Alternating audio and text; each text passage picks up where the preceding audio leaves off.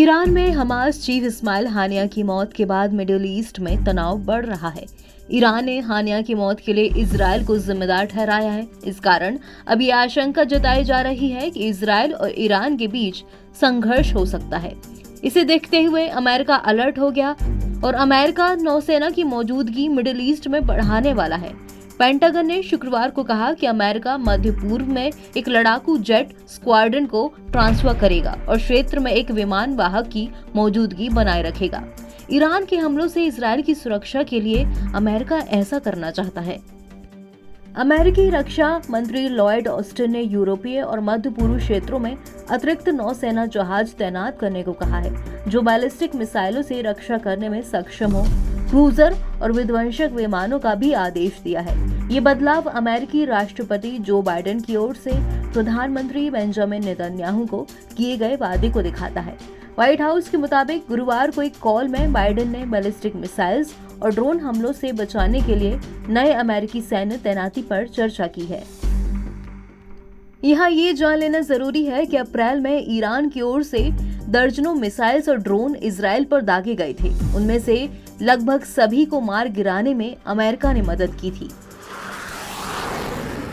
Hamas और Hezbollah के नेताओं पर हुए हमले को देखते हुए अमेरिका को मिडिल ईस्ट में हिंसा बढ़ने की चिंता है।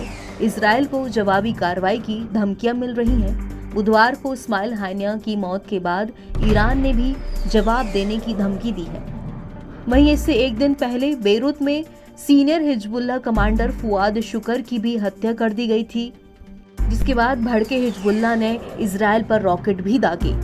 इजरायल ने शुकर की हत्या की जिम्मेदारी भी ली है, लेकिन हानिया को लेकर कोई ऑफिशियल टिप्पणी नहीं दी है। 7 अक्टूबर के हमलों के बाद इजरायल ने हमास नेताओं को मारने की कसम खाई थी। पेंटागन ने ये नहीं बताया कि लड़ाकू जेट के स्क्वाड्रन कहां से आ रहे थे और ये मध्य पूर्व में कहां पर तैनात होंगे। ईरान की ओर से एक बड़े मिसाइल और ड्रोन हमले की आशंका जताई जा रही है। माना जा रहा है कि इस बार हमले में लेबनान का हिजबुल्लाह और यमन के हूती विद्रोही भी शामिल होंगे। दरअसल पेंटागन की deputy press secretary Sabrina Singh ने कहा, उन्होंने लेबनानी हिजबुल्लाह समेत ईरान समर्थित आतंकवादी समूहों की तरफ से इजरायल के लिए उत्पन्न खतरों पर चर्चा की।